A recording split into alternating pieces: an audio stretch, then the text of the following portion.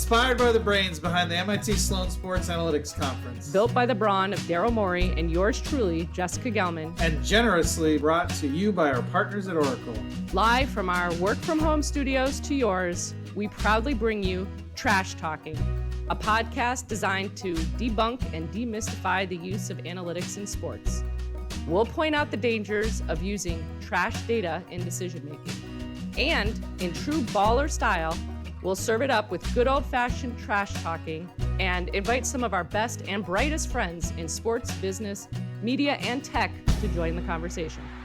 And now, at 5'8", from Kager, also known as Kraft Analytics Group, and MIT Sloan Sports Analytics Conference co-founder, Jessica Gelman. Also, weighing in at just over 200 pounds with a full beard from the Philadelphia 76ers, and the other MIT Sloan Sports Analytics Conference co-founder, Daryl Morey. In our third episode, we are thrilled to welcome Sue Bird, four-time WNBA champion, four-time Olympic gold medalist, two-time NCAA champion. We'll cover basketball analytics, leveraging your platform for social justice, as well as life outside the game. And arguably the best point guard ever. She is a super pro. I mean, we're all pro on Zoom now, right?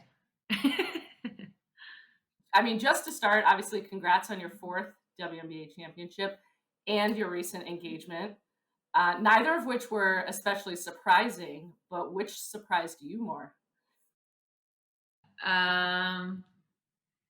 Maybe the engagement, just because it wasn't really like a planned thing. She didn't have some grand plan. It was literally spur of the moment, impromptu, on vacation with friends, and just did it. Like, even the ring I have, it just like came off her finger in that moment. And I just kind of like wear this. So no ring was purchased. So that might be more surprising. That's great. She was in the moment with you. Yeah. I love it. Something like that. Love it. It was probably the alcohol, let's be honest. Perfect vacation. It's been a long year for all of us. Okay. Yeah. So obviously, Sue, we're going to talk about analytics. And I was doing a little research, not too much because we know you obviously, but you had an article in the Players Tribune in 2016 called Analyze This. It came out 6 months after you came to the Sloan Conference. So obviously the conference impacted you, right? Okay. But your big focus there was how little data at the time was being collected on women's basketball. Daryl tells me that today there's actually a lot of data that's being collected, especially on the WNBA. So the question is effectively, have you applied analytics to your game, and has that helped you extend your career? So yeah, the short answer I think is yes. The longer answer is that I wish there was more that I could give you in terms of how I've been able to use analytics. I think the WNBA is still kind of in its infancy in that way. We're still collecting the data. We're still learning about the data. And I always say the most important part in this whole, I think, analytic world as it pertains to the athlete is like that translator, that person in the middle who can kind of take the information and then, to be honest, and I'm speaking for myself, like dumb it down, like just make it really crystal clear what's happening. So we don't really have that yet. We're still working on it. But and I think I mentioned this in the times I was at the conference. I played for Jenny Busek, who's now an assistant with the Mavs.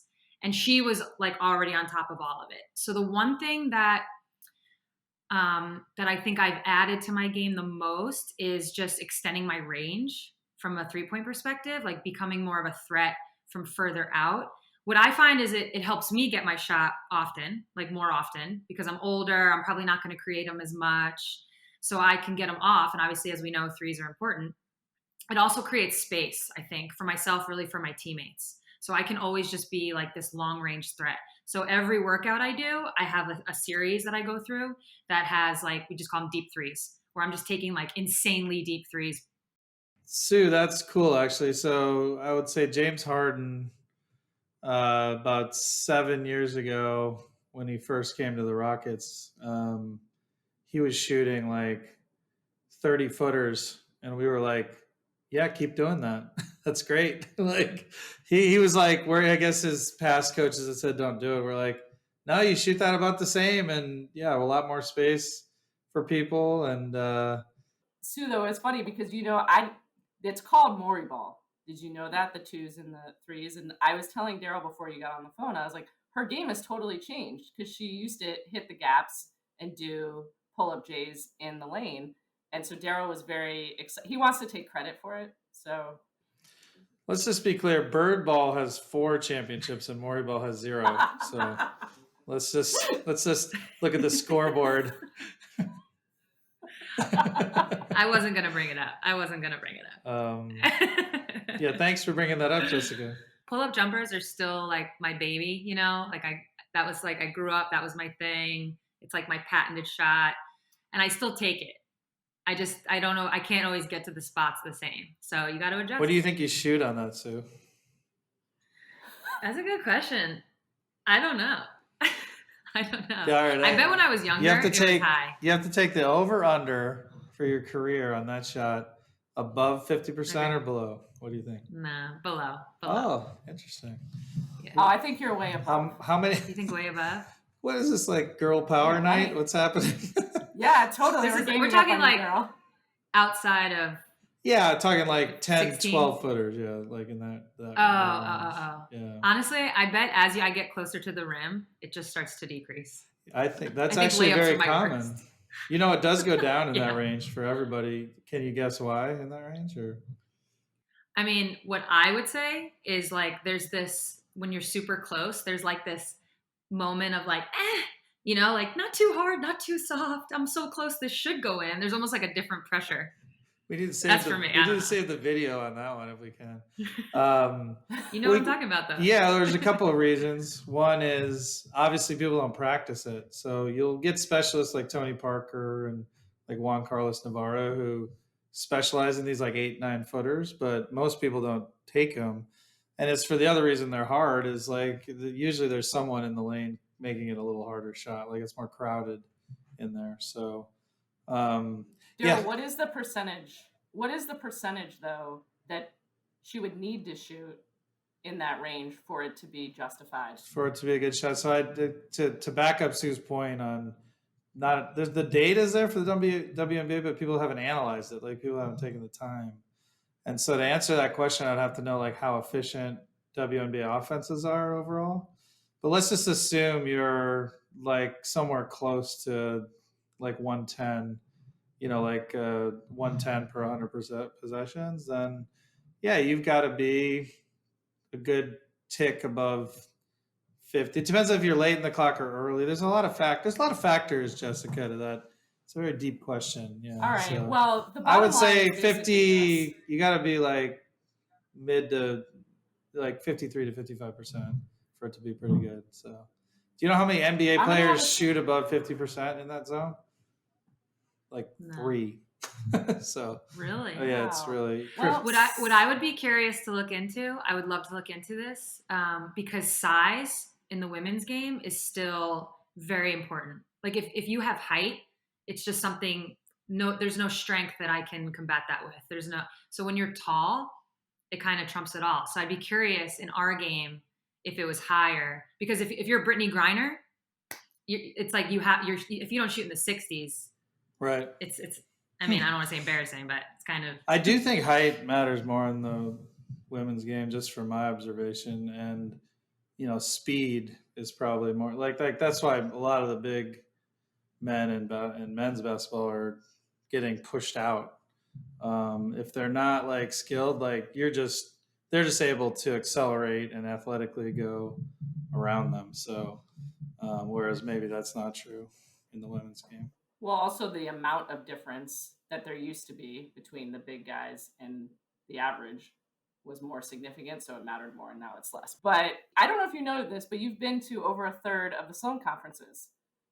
A few years ago, you announced you're a regular. We love that you're a regular because you always have some good, you know, coffee nap thing that you're going to drop that sends the Twitter universe into craziness. But my favorite story, I don't know if you remember this, but we were in like the green room, and Michael Lewis was in there, Moneyball fame, And in my head, I'm like, he hasn't written a great book about a female protagonist. And I was like, Sue is a great female protagonist. So in my head, I was like, I'm going to introduce Sue to Michael Lewis, and he's going to get inspired. So went over and introduced you guys, and then you actually had to go get on stage for a panel, and then you walked away, and then he just turned to me and was giddy. He's like, "Oh my God, I can't believe I just met Sue Bird. He is like your #1 fan." So it was amazing to see him react like that. So I'm still holding out hope. So you could get to 6 titles, so that'd be. Are you shooting for the 6. the Jordan? The Jordan? The Jordan? It never crossed my mind, but now that you say it, I think it would be amazing. it's not that ridiculous, but it would mean a 3-peat, and that'd be difficult. Actually, the most in the WNBA that anyone has is 5. Oh, really? So that can be my. That's yeah, the Kobe. 5 is the Kobe. Yeah. 6 is the Jordan. So someone has the Kobe. Yeah. Rebecca Brunson has the Kobe. Oh, really? Oh, that's amazing. It's actually just hard to keep track of all of Sue's championships, though, Daryl. There's like the Olympic goals, there's the NCAA championships. So You're just like Sue's hype woman. Totally. I'm a lot of people's head of PR. Okay. So this is the stuff that I like to have discussions with Daryl about, and I think that you will bring some perspective because, to point out the rather obvious, Daryl did not play basketball in college. So I won the intramural championship at Northwestern. Does that count? The question for you is, as a point guard, what is something you do that isn't captured in the stats? And I think like we obviously know that the W, maybe there's less information captured, but stuff that you've been like, man, it's not really accounting for everything that's happening or that I'm doing. So I have a big gripe with pace of play, that whole stat, the pace of the game, and as it relates to transition points. And my team in Seattle now, so this is like a 4-year thing that's happening. We play really fast, I think. And what our advantage is over a lot of teams is we wear them down, not with physicality, which is kind of like, we actually played Vegas. So Bill Lambier's the coach, and he kind of clowned on us like, oh yeah, anybody can just shoot jumpers. Cause he's like, he wants to throw it inside and beat you up. And it actually hit me in that moment where I was like, oh wait, cause we wear you down in this whole other way. Cause we just run. We're like running, but we're cutting, we're moving. It's this whole other different kind of physicality. It has nothing to do with hitting, but it's a different kind of wear you down. So usually by the 4th quarter, we're like waiting for the moment where teams are just gassed. And so as it pertains to stats, that never gets its due. Because when you talk about, we're never high in pace of play or however you word it. So you don't we're never have high in that. You don't have the right metrics in women's basketball. So I don't doubt that. The pace metrics that you like get off websites for men or women's basketball is just completely wrong. So what they'll do is they'll just count possessions. They'll count the number of times each team crosses half court, which gets really skewed by offensive rebounds and things that don't matter at all. So what we generally look at is the time to what percentage of your possessions are you getting a shot in the first 10 seconds of the shot clock, and that more represents like how fast you're playing basically. So we got to get you better stats, Sue. I mean, that's the conclusion. Yeah, no, that is the conclusion. We already came to it. Jessica's very scripted, and I appreciate it and everything. But one thing not on her script is the name of our podcast is Trash Talking, and you seem like someone who might trash talk quite a bit. So I need you to trash talk Jessica live on the podcast right now. Just to give you some things to work with. I mean, I'll give you some things to work with. Her nickname is Juice, and we'll let her say why that is. And then and she's very slow. and she thinks she's the juice is not loose. Right. And she thinks she's clutch. So you got all those factors. No, I was obsessed with it. I studied it. But I actually think, Sue, that we should gang up on him. What? Oh. And make fun of him. That's too easy. Because yeah, exactly. Well, I've actually watched your game, and I said that I think you're the most clutch player period. Clutch player. This doesn't sound like And trash talk. It Daryl sounds thinks- like praise again. Yeah.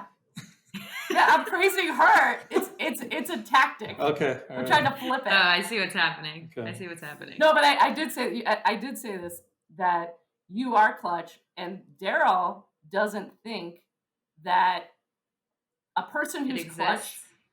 No, he thinks it exists, but he doesn't think that it's valuable enough to like look at that as a statistic or a characteristic that he has to get that person for. Okay. How did you get me off Do you her agree with trash that? talking you? I like that idea much better. The trash talk will come. Okay. It'll come naturally. I'll look for it. But That's funny. That's interesting. So I actually have a friend that I talk about stats a lot with, like analytics a lot with. And it's actually two brothers, and they have a sister. And she went to Columbia and she did her like whatever paper on clutch players. And she did this like she was in college, so who knows what she looked at, and I have no idea. But in her work, in her research, there is no clutch gene. Thank But you. I disagree. Yeah, meaning like there is no such thing as clutch players. I think what she found was players generally shoot the same percentage in that moment than they do whatever their percentage is. Like it's true for the clutch moments. I feel like I disagree without even doing any research on it. Well, just take yourself as a sample of one. Do you play better at the end of games, or end of shot clock, or end of quarters? Like, Yeah, I think I do. There's a different energy. Daryl doesn't know what it is yeah. because he never had to make those shots. We'd have to check Sue, but generally, almost without fail, NBA players play worse in the clutch, worse in key moments, worse in the playoffs. And like I'll give an example. Shaquille O'Neal, after he missed like a clutch free throw in a game, he said after the game famously, "Yeah, I missed those, but like I'm better in the fourth quarter. I'm better when the game's on the line. I'm better in the playoffs." And it turned out to be exactly the opposite. He got worse in every situation he thought he got better in. So someone's gonna have to check. Challenge to the trash talking listeners: is Sue Bird clutch? I also think it's fair to say that I just block out the times where I miss or turned it over or whatever. So that's fair. I guess it's like the expectation in those moments isn't always to hit the shot. So when you do hit it, it feels like you hit 30 of them. I could, that makes sense to me from like a feeling standpoint. I don't know. I think my stats will be all right though. I'll take them. Yeah, just to be clear, Jessica, it's not that clutch doesn't exist. And you said one thing, it's not, but it's also not predictive. So like people who are clutch in some period aren't usually, you can't predict that they'll be clutch in the future. So. Well, it's actually interesting though, Sue.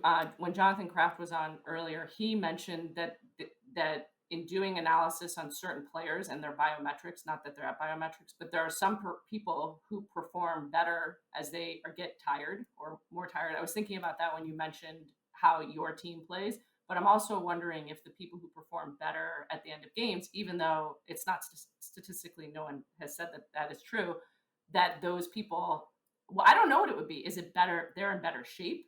Is it that they don't feel pain as much? I don't know, but I think that maybe that's what your team is able to overcome. And it's like, because some of you guys are able to overcome it collectively, you're all like, well, if they're not hurting, I'm not hurting.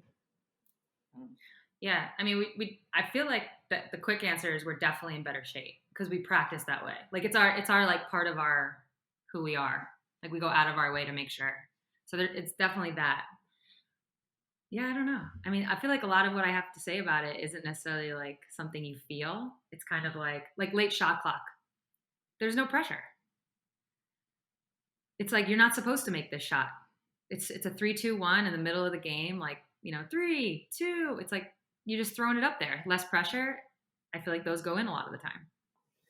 But what you have to understand, Sue, is that a lot of the people who are doing the stats, they haven't been like players of your caliber. So the way that you're going to see and think about things, they haven't yet thought to translate into stats, which is why I'm asking that particular question, because Daryl will probably steal the idea and then win an NBA championship.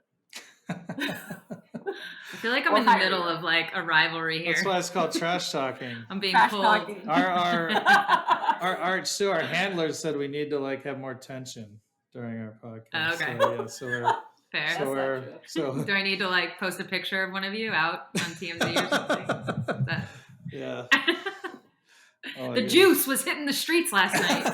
the juice hit the streets a lot when she She's was slow younger. but clutch. I've heard. I'm like so red right now. I know you are. Like, can't we do the video version? Sue, you've inspired so many with how you've used your platform, and what is the thing that you're most passionate about right now? Most passion. I think getting Reverend Warnock in the Senate, flipping Georgia blue. That obviously huge. Georgia's been flipped blue, yeah. But getting the Senate, control of the Senate with those 2 seats, actually. I think right now, like that's where all my focus is. Like doing a bunch of Zoom calls for him, different like fundraiser types, tweeting whenever I can, that kind of thing. So I'm really into that, which is what we did as a league this summer.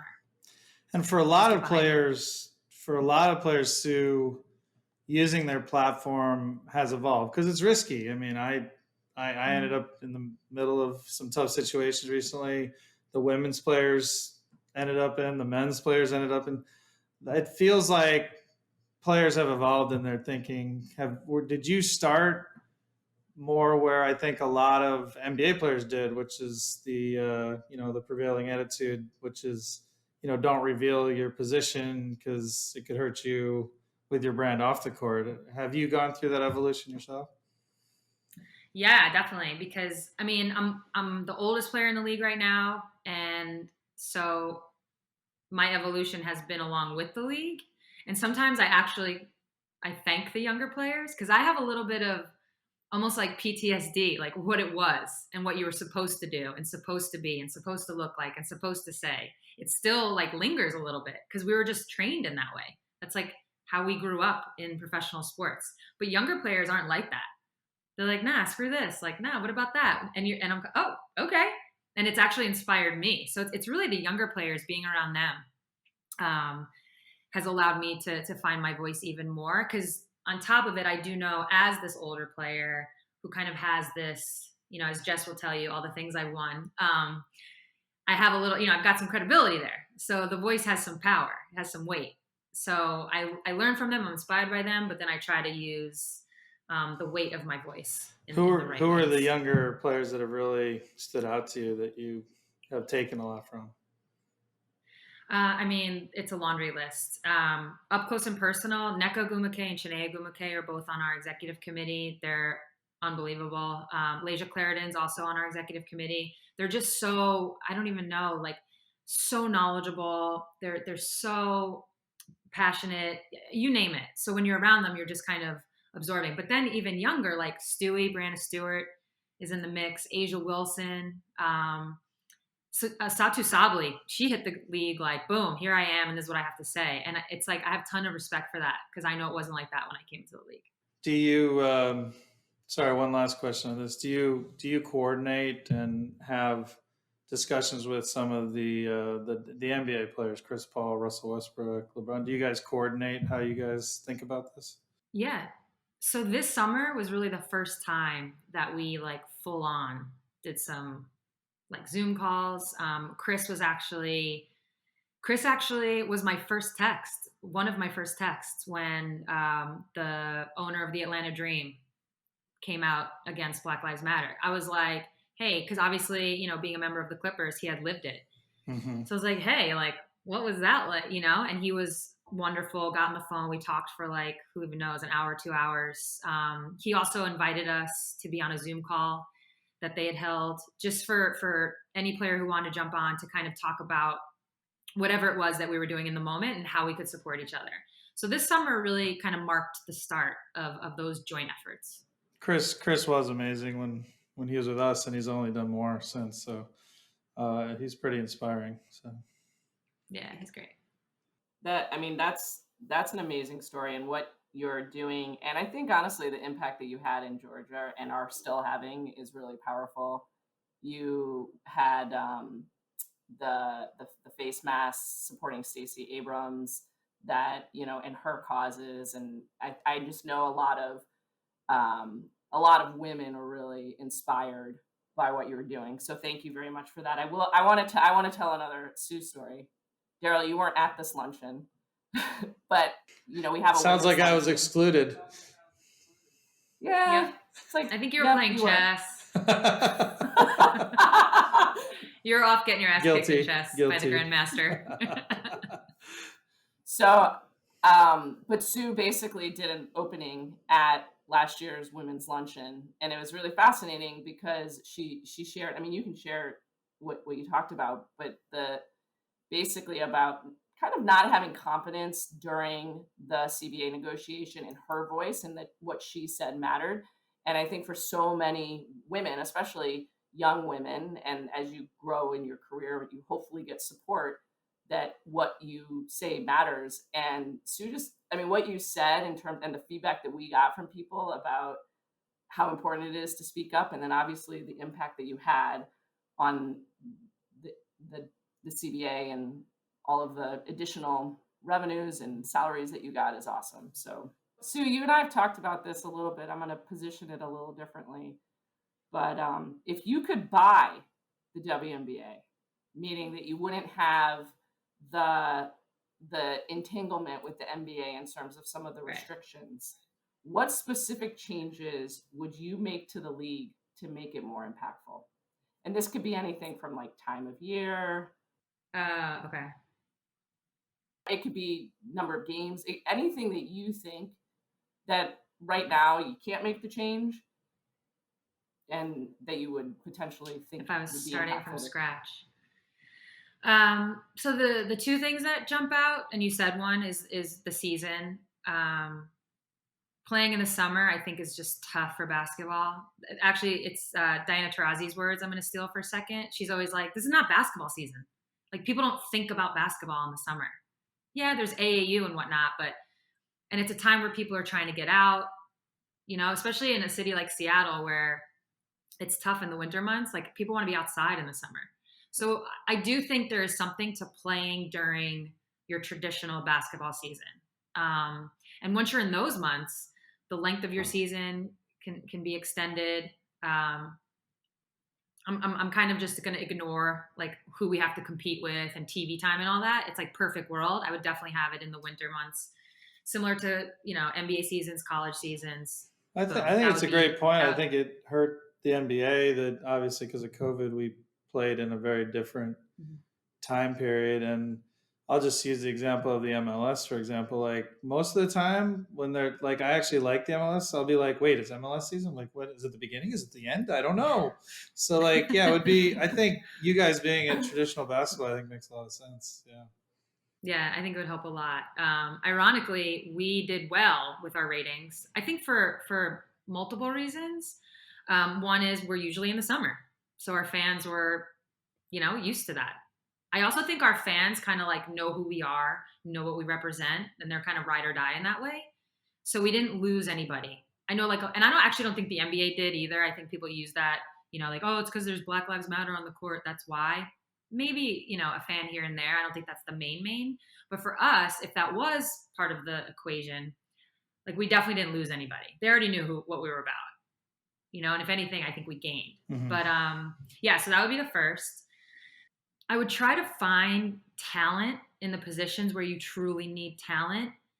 And I would try to find a way to really keep them. Because I think we're a stepping stone at times.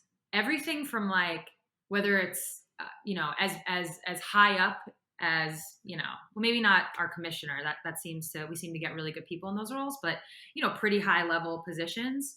At times it's a stepping stone. So everything from that to like even the athletic trainer, like we're always the stepping stone. So I think having talent in those, support staff roles, and then of course in the league office is huge. And when you have that talent, and then you have, I guess, like a more committed staff. So what happens with the NBA is I feel like those people have to share time.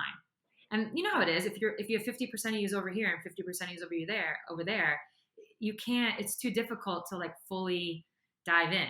And so something tells me we generally are going to get the short end of that stick when somebody's splitting time. So to have a fully committed staff would also be, I think, huge for us. Well, and that's why I said bye, because like decoupling it from the NBA and having the resources and the funds to do, I agree, because if people are making a decision between being the athletic trainer for a WNBA team where they're being paid this and it's only 4 months versus an NBA trainer and it's a full year, I mean, it's very hard to compete with that. And that was. No, I was going to say, and what's interesting is it's the period of time. So this kind of goes back to the season.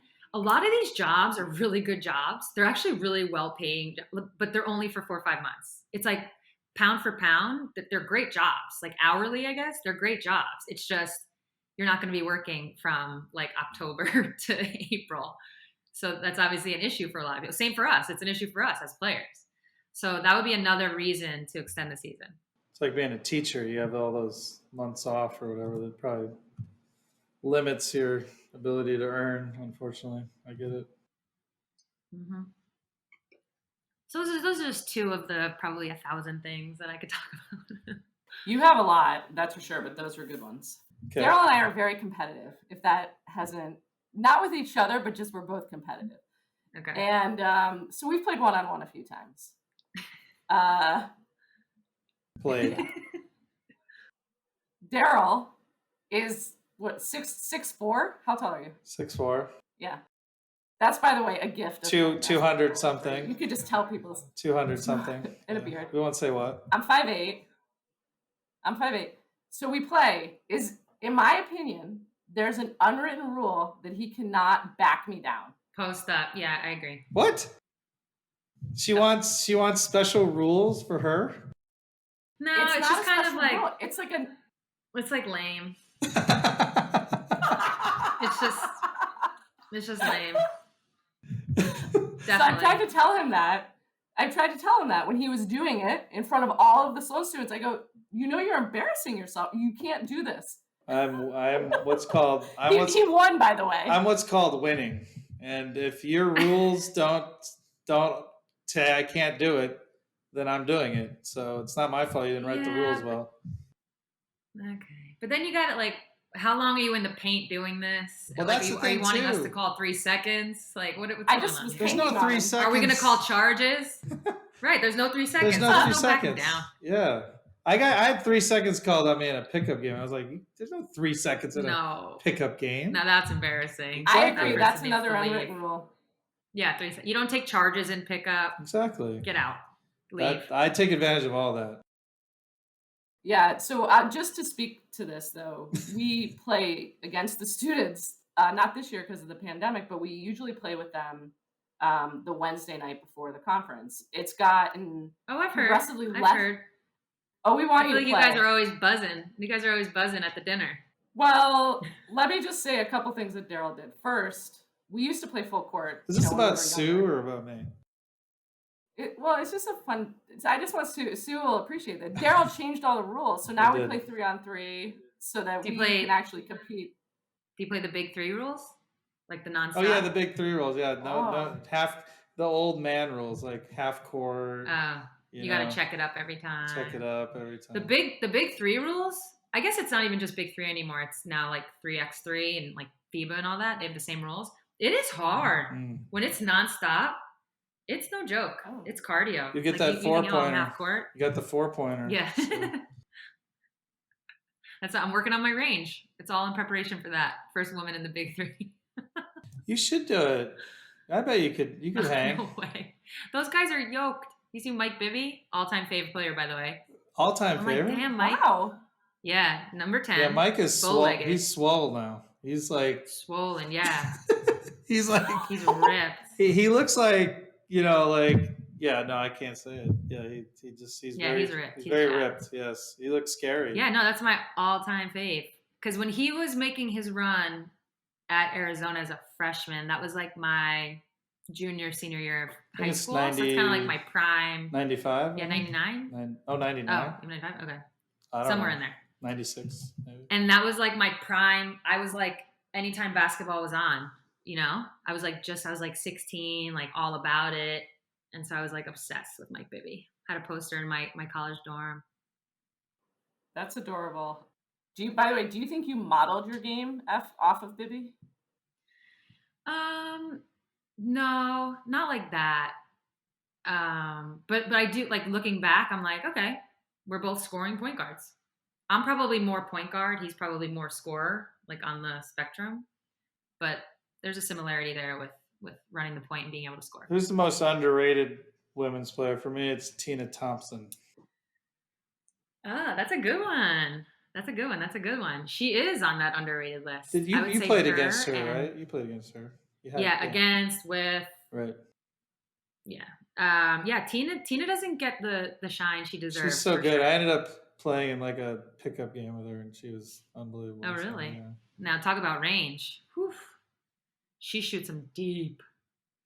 I would say her and Katie Smith are probably Ohio like State. two, like, yep, probably like the two most decorated. Like, playing against them was always a pain in the ass, and they just don't get talked about the same as who I just said, basically.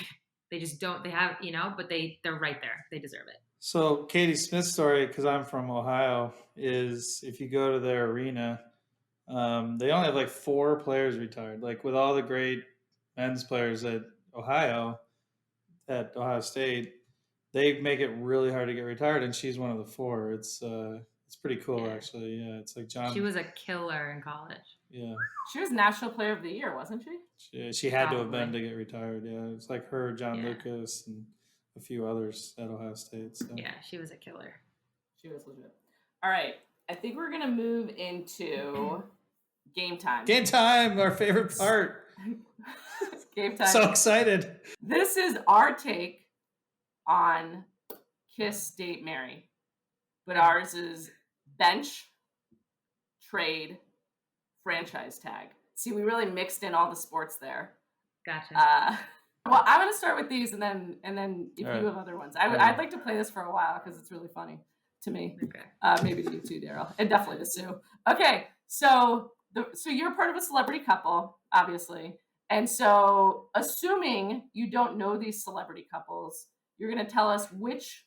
We're going to give you 3 options, which ones you're going to bench, trade, or franchise tag, and why. Okay, you might want to write this down. And why? Okay. Kristen Bell and Dak Shepard. Emily Blunt and John Krasinski.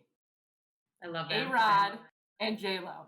Yeah. Okay, franchising, Emily and John. They're hilarious. I mean, I don't even think I have to say anymore. They're amazing. I will trade J-Lo and A-Rod, and I'll tell you why. J-Lo, this is actually a very amazing story. I'm acting like I cared just for this moment.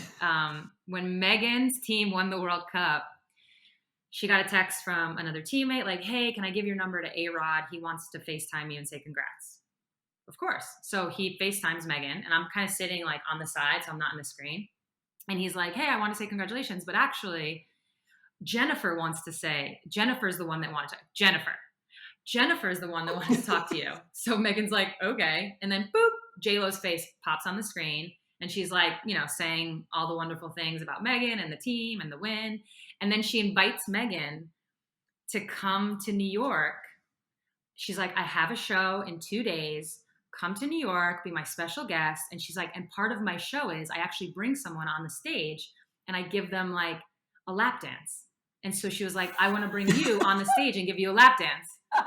So I'm sitting like on the, the outside of this, like, this is insane. Like, what am I witnessing? And Megan was like, okay, yeah, like, sure. I'll try to, I don't know if I'm gonna be able to make it because I've got this, but yeah, that's amazing. Thank you. Gets off the phone. And I'm like, wow, you just committed? You didn't even like run that by me?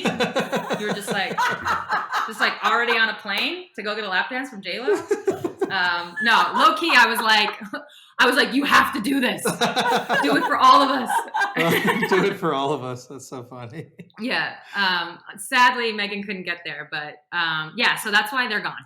So trade, you're out. Can I ask a question? What could Megan, she's like, what was more important? I think You want to know what it she asked was? us. No, I remember. Yeah. She had a huge appearance on huge. I mean, she was flying to DC. We were in Seattle to be on Meet the Press, and it was like conflicting. She couldn't do both, just like time wise. It shows her commitment. I do like Dax and Kristen Bell. Yeah. So there, what's left? I forget now. I think. Trade, Oh, you're. franchise, Bench. bench. Yeah. So I'll bench them. They're still on my team, but they're just. I mean, I'm not surprised by the Emily Blunt and John Krasinski because they also had a competing show at the beginning of COVID. Quarantine. Yeah. Theirs got Little bought different for show. several millions. Yeah, some good news. All right. Rules that we could change in basketball. You ready? Would you add the Elam ending, which you probably know because you're MIT? That's the one where you get. Yeah. You get close to the Like end the of the All-Star game, and yeah, the All-Star game, exactly. Poor Elam. If you go to the free throw line, you just shoot one, and you get all the points from just shooting one. Okay, and then the last one is to help you in your pull-up J game. Make all 3-pointers worth 4 and all 2-pointers worth 3. Okay. So this is okay. So I'll go franchise tag. The Elon ending. Is it N or M? M is at in the end. Yeah, And Mary. Elam ending. Elam, Okay. yeah. So yeah, I'll franchise that one. I like that one a lot. It's very exciting. I'm not that the 4 and 3-pointers. Like whatever. Yes, no. I could take it. I could leave it. So if that's how I feel about you, you're traded. And then we'll bench the. I don't even remember what it was. One free throw for all the points. Oh, one free throw. Yeah, Yeah, so you don't have to that shoot one I don't more. mind. Yeah, they do that in the G League now. Yeah. So. Yeah, it's interesting. That's an interesting one. I was watching a college game the other day because obviously there's nothing else on TV, and I totally forgot about 1-and-1s. They were at the free throw line shooting a 1-and-1. I totally forgot. Yeah, it's that was a thing. It's a really dumb rule. Yeah, it's like the seventh foul is 1-and-1. It's so weird. It's the dumbest rule. They had to, and so for women's they don't have it because we went quarters in women's college basketball. That's smarter. So it's 5 fouls. Yeah. So for watching a men's game is truly a men's college game. It's truly a throwback. It's also brutal. It feels it's so much. ancient. It's so bad. It's pretty. It's I'm not a big fan of college basketball. Bad. No, it's tough. Well, I love the Elam ending, so I concur. And Daryl, you said that's inevitable. I think it's inevitable. They'll put it in overtime first, and then they'll add it after that. So. You think inevitable really fast, inevitable for every game? Yeah, I think they'll put it in overtime in the next 5 years, and then it'll end up changing the ends of the game. It's just the ends of our game can be brutal, foul, timeout. It's just awful. Okay. Rules to borrow from other sports. Okay. Number 1, substitutions, the frequency of them, that you can't have them as much, in soccer. Oh, okay. Well, I like the reverse where you can have live subs like hockey. I was gonna say hockey, yeah. All right, fine. Pick whichever one you want.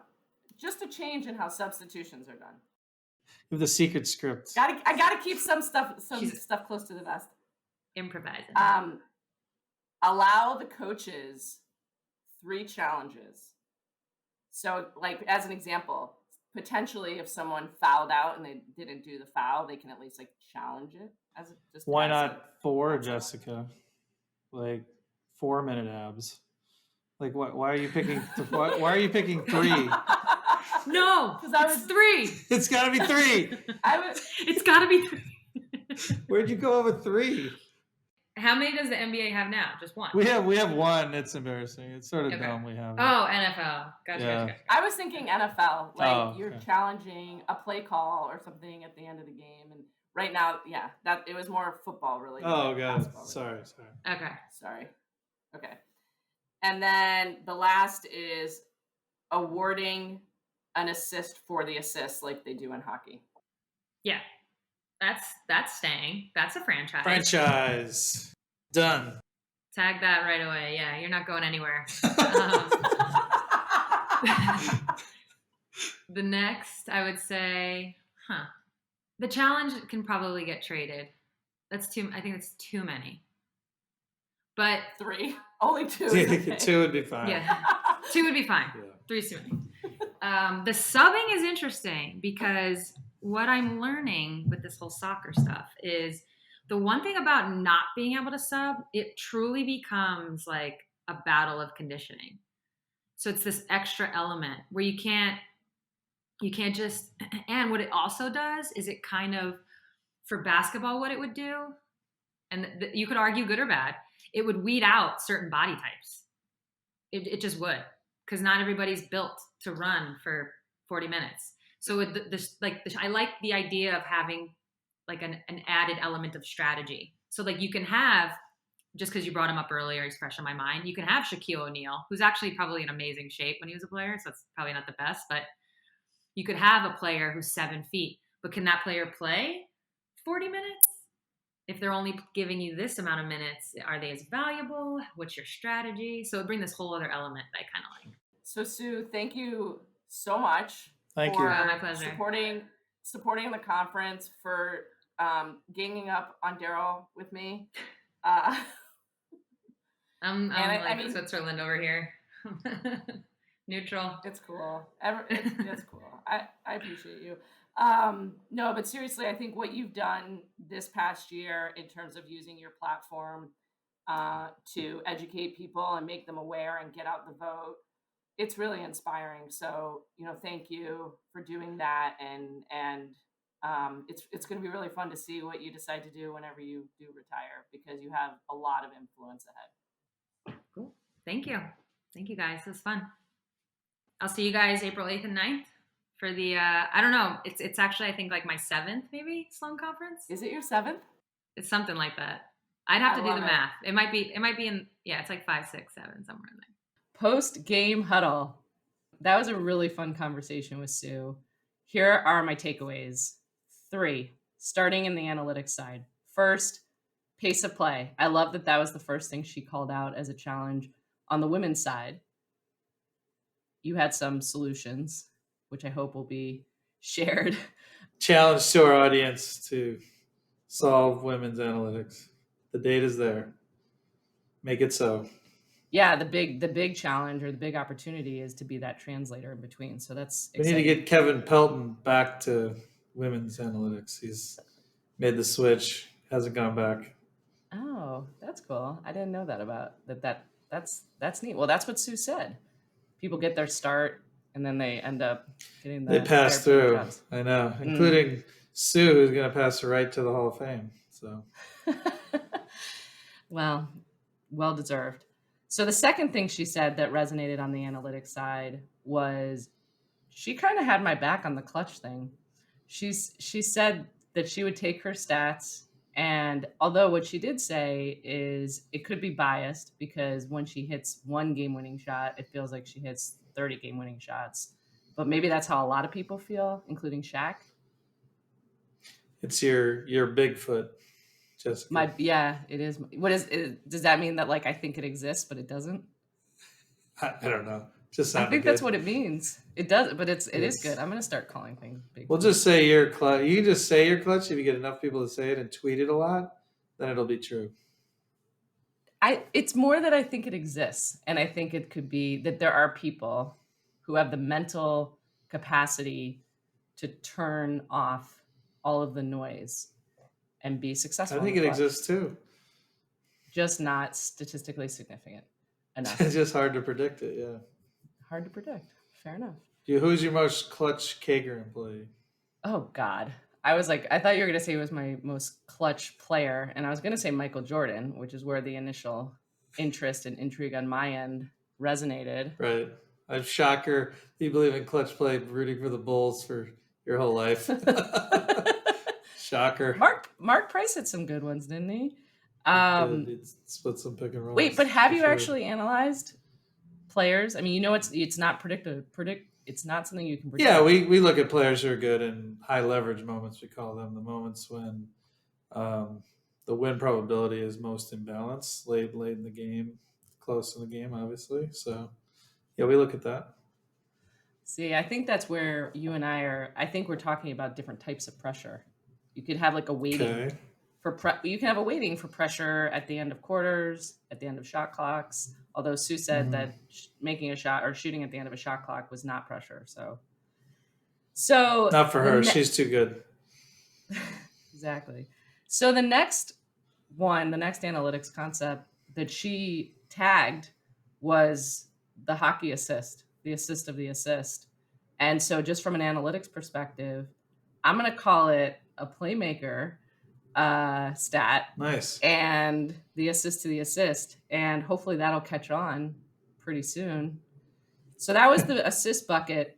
The two other things that she said that really resonated, you asked her about what she's most passionate about. And the fact that she spoke about her support for Reverend Warnock, and in particular, like that she's on Zoom, making Zoom calls for him. I mean, that's really powerful. Have you made? And that she's made this progression is pretty cool. Yeah. Over the course of her career. The other thing along those lines that she mentioned, and I just love this, that she was looking for help. I think this says a lot about who she is and how she tries to learn. But when the W was facing some challenges, in that situation with the Atlanta owner, that she reached out to Chris Paul to get guidance and advice. I just thought that was really indicative of who she is and how she operates. So, what about you? I know Chris is smart. I think he'll reach out to Sue in the future, is my guess. So I think that's coming. So I from what you've told me about him, he is incredibly impressive and certainly makes friends with people who he can learn from too. So it's a point guard thing, I think. Maybe. Yeah, you guys are the smartest. That's for sure true. Okay, I like the J-Lo stuff. All the J-Lo story. I have to say, probably one of the top 5 stories I've ever heard. Like I was laughing so hard. So you were too. I was. Well, I'm really excited for our next guest, a very long time supporter of the conference. And my favorite part about Nate Silver is how he's extended analytics across so many different spheres. Sports obviously being one, politics being another. On the sports side, by the way, burritos. Yeah, he did the burrito analytics. Yeah. It's smart. Anywhere there's something that you might need to make a decision on, he's bringing a predictive model to it, or a statistical model. Anyways, among other things that I love about Nate Silver is on 538, they actually do all the stats for the women's basketball tournament. So, Daryl, thanks for a really fun evening. Yeah, it was awesome. Sue. Thank you, Oracle Analytics, for the win on the field and in the cloud. Thank you to our listeners. Hope you had fun. Thank you to Lance, Jason, Maggie, and Andrew who had to endure the torture of this podcast from start to finish. Thank you to the MIT Sloan students, especially Andrew Lynn and Maggie Riddle. If you enjoy this podcast, please submit questions, comments, or feature topic ideas to trashtalking@sloansportsconference.com. Is it data or